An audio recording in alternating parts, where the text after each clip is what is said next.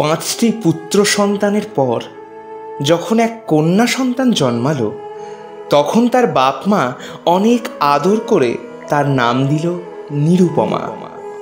এ গোষ্ঠীতে এমন শৌখিন নাম ইতিপূর্বে কখনো শোনা যায়নি। বাবা, কেমন নাম নিরুপমা! এছাড়া কি আর কোনো ভালো নাম ছিল না নাকি? কিরকম ভালো নাম বলতে যেমন পার্বতী, লক্ষ্মী, কতই তো নাম আছে। আরে না না, এই বেশ তো নিরুপমা। আমার তো ভারী মিষ্টিই লাগে।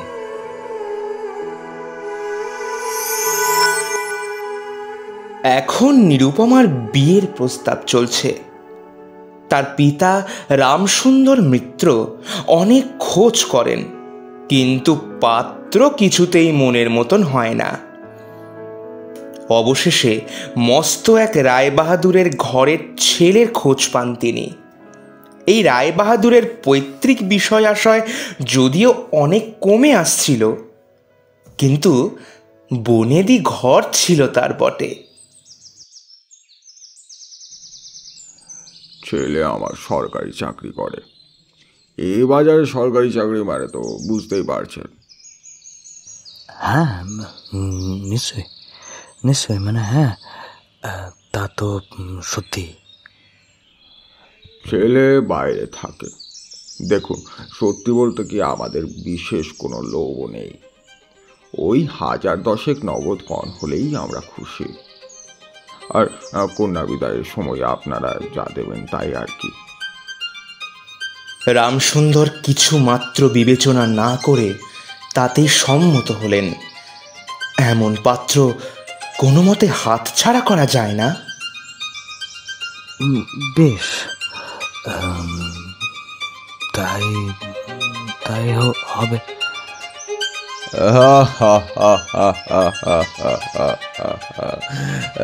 তাহলে শুভ কাজের দেরি কেন? তবে সেই কথাই রইল। কিন্তু কিছুতেই টাকা জোগাড় আর হয় না। বিক্রি করে ধার দিয়ে অনেক চেষ্টাতেও 6,7 টাকা বাকি থাকলো। এদিকে বিয়ের দিন ক্রমশ কাছে চলে আসছে।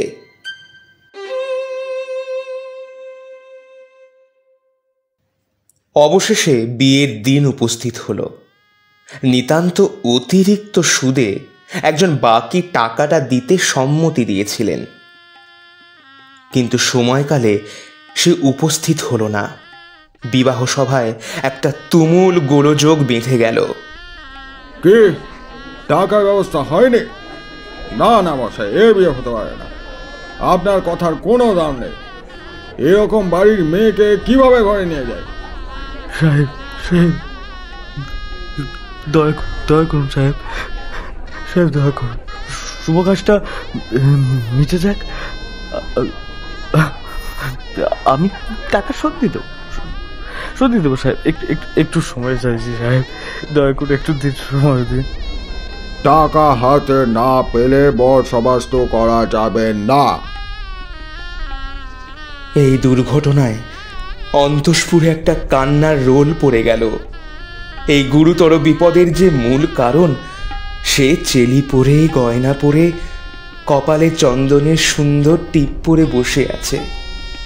ভাবি শ্বশুরকুলের প্রতি তার খুব একটা যে ভক্তি কিংবা অনুরাগ জন্মায়নি এখনো পর্যন্ত, সেটা কিন্তু হরপ করে বলা যেতে পারে। ইতিমধ্যে একটা সুবিধা হলো। নিরুপমার হবু স্বামী অর্থাৎ আমাদের রায়বাহাদুরের পুত্র হঠাৎ তার পিতার অবাধ্য হয়ে উঠল। সে বাবাকে বলে বসল, আহ বাবা, তুমি কি কেনাবেচা করতে এসছো নাকি? বিয়ে করতে এসেছি, বিয়ে করেই যাব। তার বাবা যাকে দেখলো তাকেই বলল, দেখছেন মশাই আজকালকার ছেলেদের ব্যবহার। দেখছেন মহাশয়, হ্যাঁ, আজকালকার ছেলেদের কি ব্যবহার, একদম বর্তমান শিক্ষার বিষময় ফল নিজের সন্তানের মধ্যে প্রত্যক্ষ করে রায়বাহাদুর একটু চিন্তিত হয়ে পড়লেন। আর যাই হোক, বিবাহ এক প্রকার বিষণ্ণ নিরানন্দভাবে সম্পন্ন হয়ে গেল। শ্বশুরবাড়ি যাওয়ার সময় নিরুপমাকে বুকে জড়িয়ে ধরে তার বাবা অঝরে কাঁদতে লাগলেন। নীরু জিজ্ঞাসা করল, তারা কি আমাকে আর আসতে দেবে না বাবা? মা, মা কেঁদো না, কেঁদো না। কেন তারা আসতে দেবেন না? কেন? আর নয় মা, আমি তোমাকে নিজে নিয়ে আসবো। ওরা কেন আসতে দেবেন না? এবার তুমি মা একটু শান্ত হও দয়া করে। হ্যাঁ, আর কেঁদো না মা।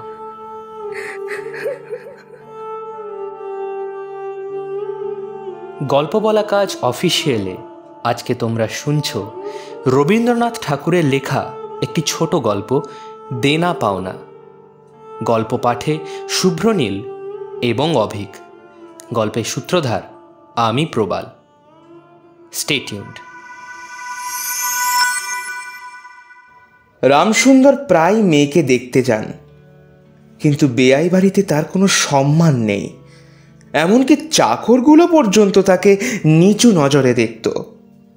অন্তঃপুরের বাইরে একটা স্বতন্ত্র ঘরে 5 মিনিটের জন্য কোনোদিন বা মেয়েকে দেখতে পেতেন, আবার কোনোদিন হয়তো পেতেনই না। কুটুম ঘরে এমন করে আর অপমান তো সহ্য করা যায় না। তাই রামসুন্দর স্থির করলেন, যেভাবে হোক, যেমন করে হোক, টাকাটা শোধ করে দিতে হবেই। কিন্তু যে ঋণভার কাঁধে চেপেছে তার ভার সামলানো দুঃসাধ্য। এমনকি খরচপত্রের অত্যন্ত টানাটানি পড়েছে। পাওনাদারদের দৃষ্টিপথ এড়াবার জন্য যেভাবে হোক একটা ছুতো করে বেরানোর চেষ্টা প্রায় তাকে করতে হতো। এদিকে শ্বশুর বাড়িতে উঠতে বসতে তার মেয়েকে কথা শুনতে হয়। প্রত্যেকটা দিন, প্রতি মুহূর্তে বাপের বাড়ির নিন্দা তাকে সহ্য করতে হয়, এবং সেটি শুনে প্রত্যেক দিন ঘরে দরজা বন্ধ করে তাকে অঝরে কাঁদতে হয়। সব থেকে বড় জিনিস হচ্ছে, তার শাশুড়ির আক্রোশ আর কিছুতেই মেটে না। যদি কেউ বলে, আহা কি শ্রী, বউয়ের মুখখানি দেখলে চোখ জুড়িয়ে যায়, শুনে শাশুড়ি ঝংকার দিয়ে উঠে বলে, শ্রী বাবা, শ্রী একবারে ঝরে পড়ছে জানো। শোনো গা, যে বাড়ির মেয়ে তার তেমনই শ্রী হবে। এমনকি বইয়ের খাওয়া পড়ারও কোনো যত্ন সে নেয় না। যদি কোনো দয়াপরতন্ত্র প্রতিবেশিনী কোনো ত্রুটির উল্লেখ করে, তা বলি, হ্যাঁ গো দিদি, তোমাদের বাড়ির বউ কি কিছু খেতে টেতে পায় না নাকি? দিন দিন তো দেখছি শুকিয়ে যাচ্ছে। আম হলো যা, খেতে পাবে না কেন? ওর বাপ যা দিয়েছে সেই তুলনায় ও যা পায় তা অনেক। খেতে পায় না নাকি? অর্থাৎ বাবা যদি পুরো দাম দিত তাহলেই মেয়ের অনেক যত্ন হতো। সকলেই এমন ভাব দেখায় যেন নিরুপমার এখানে কোনো অধিকারই নেই, সে যেন ফাঁকি দিয়ে এখানে এসেছে। সারা বাড়িতে কেবল নীরুর স্বামী তার একটু কথা শুনত, নীরুর কষ্ট বোঝার চেষ্টা করত। চাকরিতে ফেরত যাবার আগে নীরুর বর ওকে নিভৃতে ডেকে এনে বলল, বলছি নীরু, তুমি কোনো চিন্তা করো না, মাস পরেই তোমাকে আমার কাছে নিয়ে যাব। আমাকে একটু ঠিকঠাক ব্যবস্থা করে নিতে দাও, তারপর সব ঠিক হয়ে যাবে। আমি তোমাকে আমার সঙ্গে নিয়ে যাব, ঠিক আছে? তুমি তো মাকে একটু বুঝিয়ে বলতেই পারো, বাবা টাকা পেলে ঠিক ফিরিয়ে দেবে। আচ্ছা নীরু, আমি কি তোমাকে টাকার জন্য বিয়ে করেছি? ও টাকা আমার চাই না, তুমি তোমার বাবাকে বারণ করে দাও। আমার কি দোষ বলো তো? কি দোষ আমার? মা আমাকে উঠতে বসতে কথা শোনান, তুমিও তো মাকে কিছু বলো না। বিশ্বাস করো নীরু, মাকে আমি অনেক বোঝাই, কিন্তু তিনি মানতে চান না। বোঝই তো, সে গেলে মানুষ। এবার আমি যদি এসব নিয়ে মা বাবাকে কিছু বলতে যাই, লোকে বলবে বউয়ের কুবুদ্ধিতে আমি এই সব করছি। তুমি একটু মানিয়ে গুছিয়ে নাও, কয়েকটা মাসের তো ব্যাপার, দেখবে সব ঠিক হয়ে যাবে। আর হ্যাঁ, আমি তোমায় কথা দিচ্ছি, ওদিকে সমস্ত কাজ মিটে গেলে আমি তোমাকে নিজের সঙ্গে নিয়ে যাব, কথা দিলাম। ঠিক আছে, জলদি এসো, আমি অপেক্ষা করব। মনে হয় কন্যার এই সকল অনাদর এবং অপমানের কথা তার বাবার কানে গেছে, তাই রামসুন্দর অবশেষে বসত বাড়ি বিক্রি করে টাকা জোগাড় করার চেষ্টা করলেন। কিন্তু ছেলেদের যে তিনি গৃহহীন করতে বসেছেন, রামসুন্দর তাদের কাছ থেকে এই কথা লুকিয়ে গেলেন। তিনি ঠিক করলেন বাড়ি বিক্রি করে সেই বাড়িতেই তিনি সবার সঙ্গে ভাড়া নিয়ে থাকবেন। তার মৃত্যুর আগে পর্যন্ত তার ছেলেরা কিচ্ছু জানতে পারবে না। কিন্তু যেটা তিনি ভেবেছিলেন তার উল্টোটাই হলো, ছেলেরা কিন্তু সবই জানতে পারল। এ তুমি কি করেছো বাবা? এছাড়া আর উপায় কি? হ্যাঁ, আমার মেয়েটা কি সারা জীবন যন্ত্রণায় ভোগ করে যাবে? হ্যাঁ হ্যাঁ, তাই বলে তুমি বাড়ি বিক্রি করে দেবে? আরে আমাদেরও তো সংসার আছে, তোমার নাতিপুতিদের কি হবে একবার ভেবে দেখেছো? না বাবা না, এ বাড়ি তুমি বিক্রি করতে পারবে না। তাদের আপত্তি অত্যন্ত গুরুতর হয়ে দাঁড়ালো, কিন্তু এটাই স্থির হলো বাড়ি বিক্রি হবে। তখন রামসুন্দর নানা স্থান থেকে বিস্তর সুদে অল্প অল্প করে টাকা ধার করতে শুরু করলেন। এমনও হলো সংসারের খরচ আর চলে না। নিরুপমা তার বাবার মুখ দেখে সব বুঝতে পারল। তার পাকা চুলে, শুকনো মুখে একটা সদা সংকুচিতভাবে দৈন্য এবং দুশ্চিন্তা প্রকাশিত হতে লাগলো। মেয়ের কাছে যখন তার বাবা অপরাধী, তখন সে অপরাধের অনুতাপ কি আর গোপন রাখা যায়? বৃদ্ধ রামসুন্দর যখন তার মেয়ের শ্বশুরবাড়ির কাছ থেকে অনুমতি নিয়ে তার মেয়েকে দেখতে এসেছিল, রামসুন্দরের হাসি দেখেই নিরুপমা বুঝতে পেরেছিল তার বাবার মাথায় এখন প্রচুর দায় দায়িত্ব নেমে এসেছে।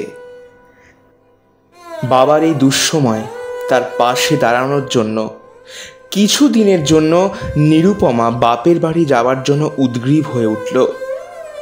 বাবার ম্লান মুখ দেখে সে আর দূরে থাকতে পারে না।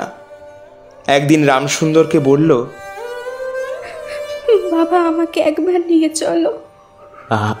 আচ্ছা মা, আচ্ছা, হ্যাঁ, যাবো যাবো যাবো।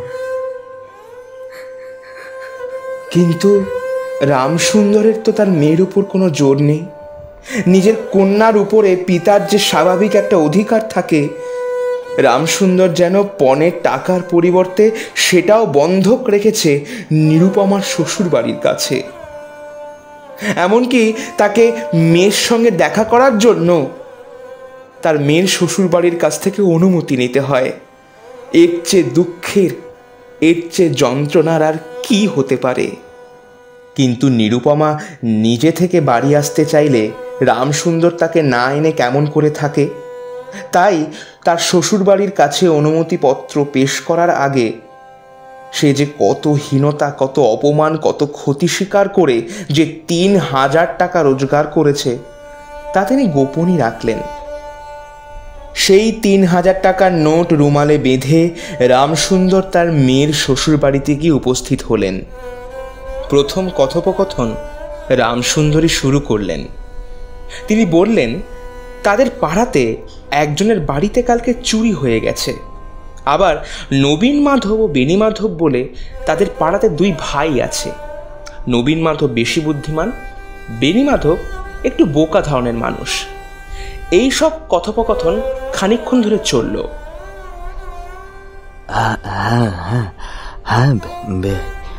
হ্যাঁ, সেই টাকাটা বাকি আছে বটে, রোজই মনে করি, কিন্তু ভাবি আসা যাবার পথে কখনো দিয়ে চলে যাবো। কিন্তু আজকাল না কেমন মাথা আর হাতের মিল করছে না।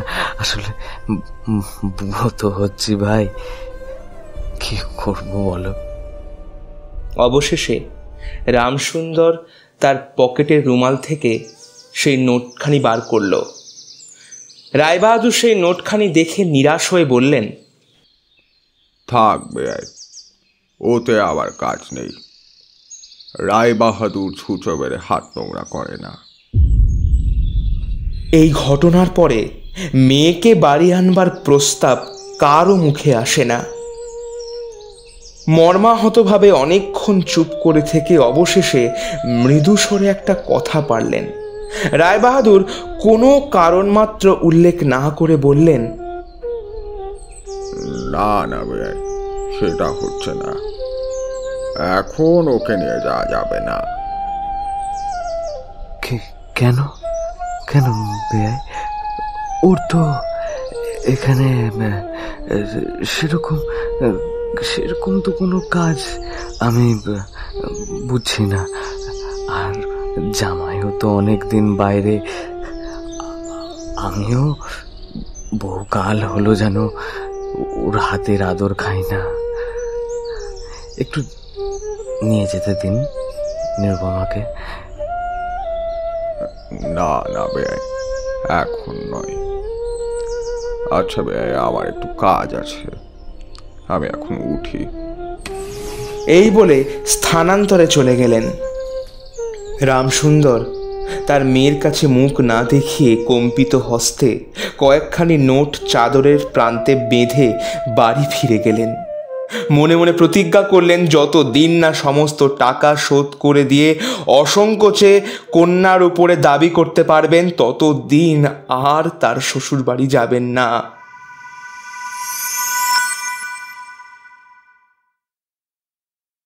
বহু দিন গেল।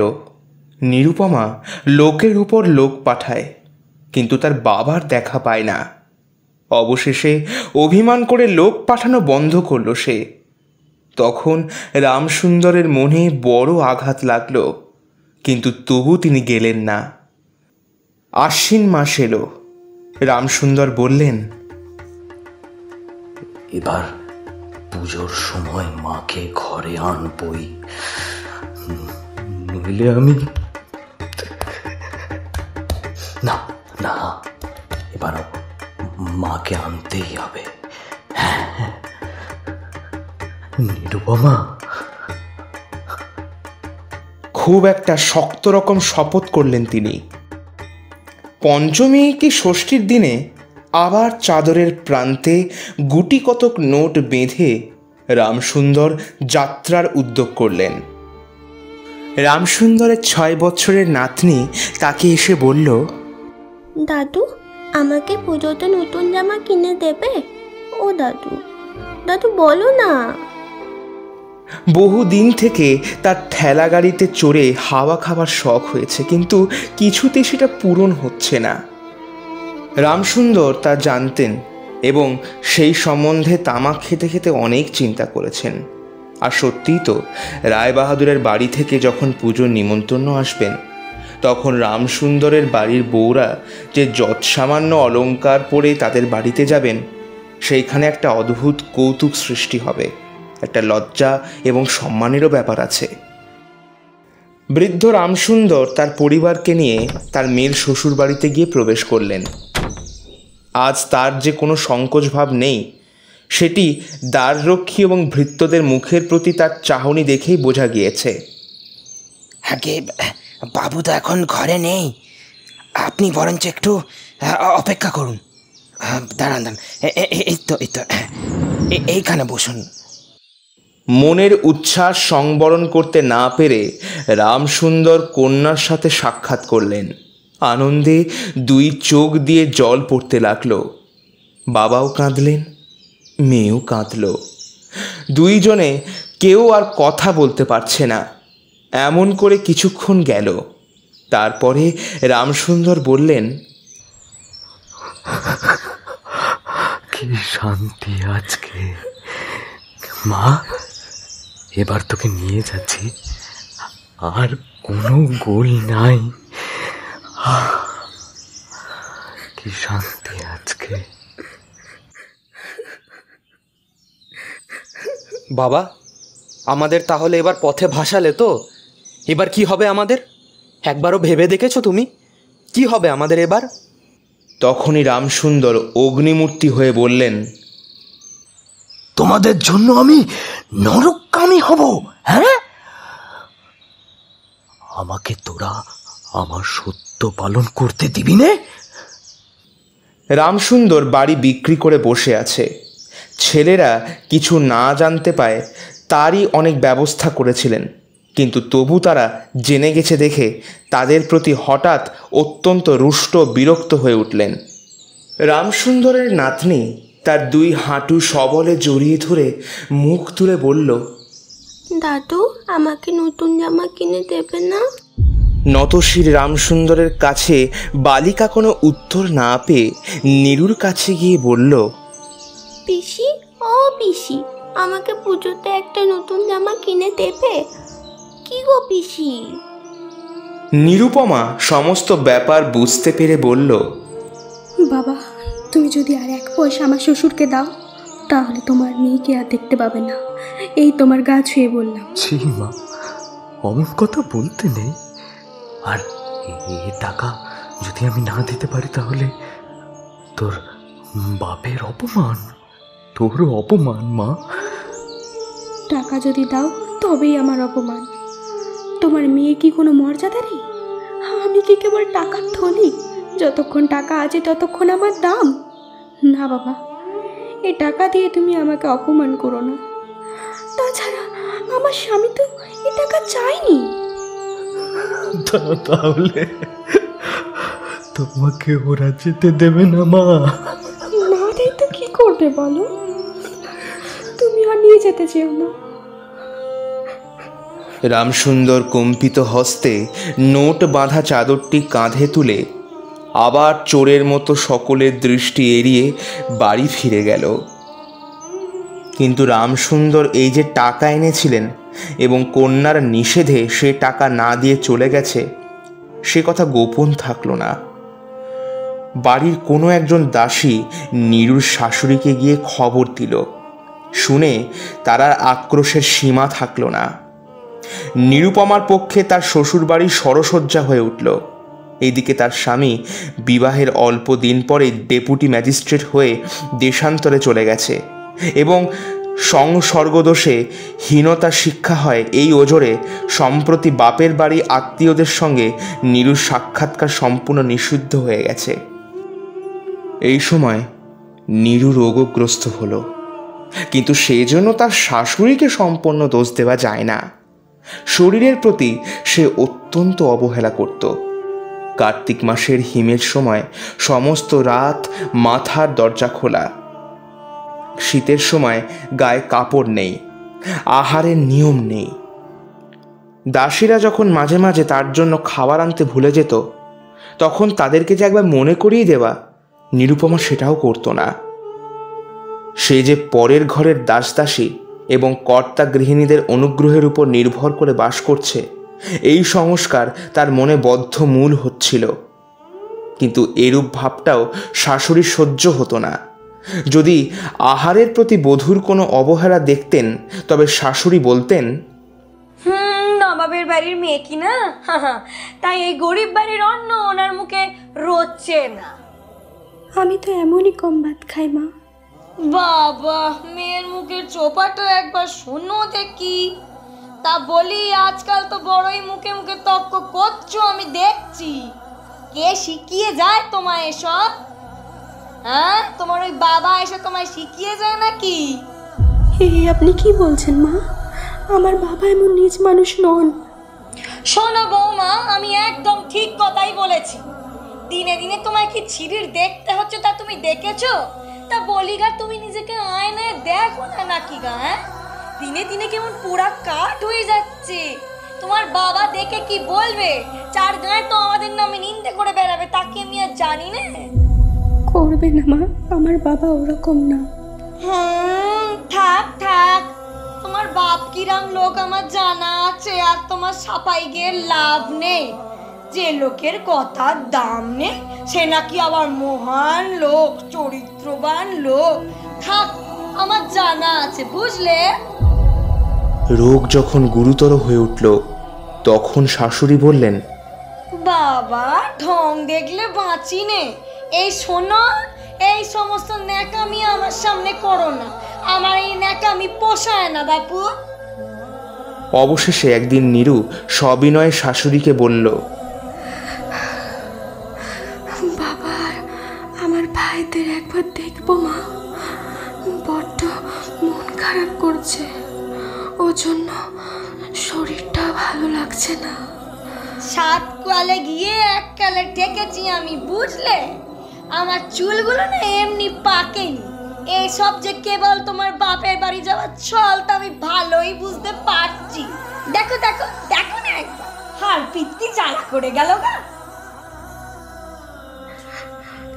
বললে বিশ্বাস করবে না, যেদিন সন্ধ্যায় নীরুর শ্বাসকষ্ট উঠল, সেই দিনই ডাক্তার তাকে প্রথম এবং শেষ দেখা দেখল।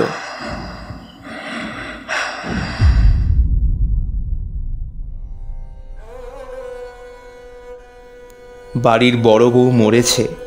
খুব ধুম করে অন্ত্যেষ্টিক্রিয়া সম্পন্ন হলো। প্রতিমা বিসর্জনের সমারোহ সম্বন্ধে জেলার মধ্যে রায়চৌধুরীদের যেমন লোকবিখ্যাত প্রতিপত্তি আছে, বড় বউয়ের সৎকার সম্বন্ধে রায়বাহাদুরের তেমনই একটা খ্যাতি রটে গেল। এমন চন্দন কাঠের চিতা এ মূলকে কেউ কখনো দেখেনি।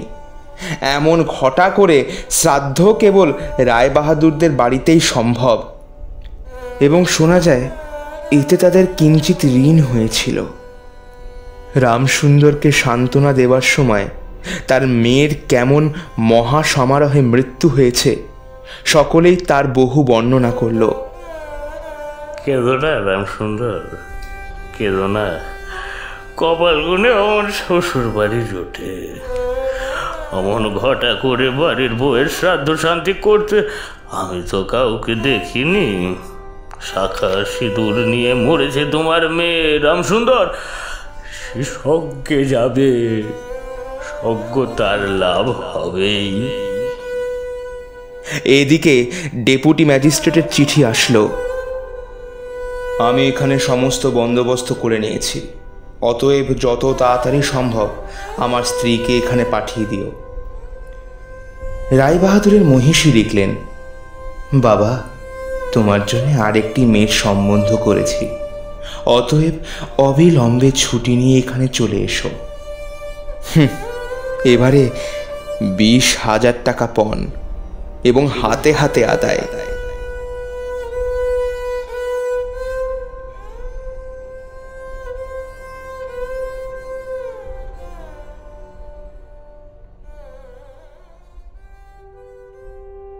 গল্প বলা কাজ অফিসিয়ালে আজকে তোমরা শুনলে রবীন্দ্রনাথ ঠাকুরের লেখা ছোট গল্প দেনা পাওনা।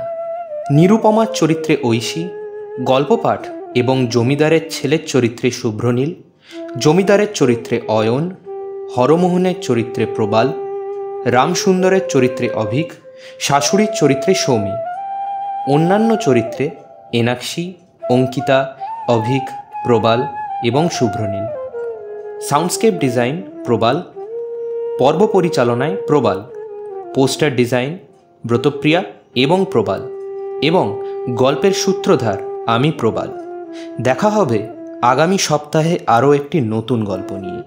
Till then please like, comment, share and subscribe to our channel গল্প বলা কাজ অফিসিয়াল, your গল্প পার্টনার।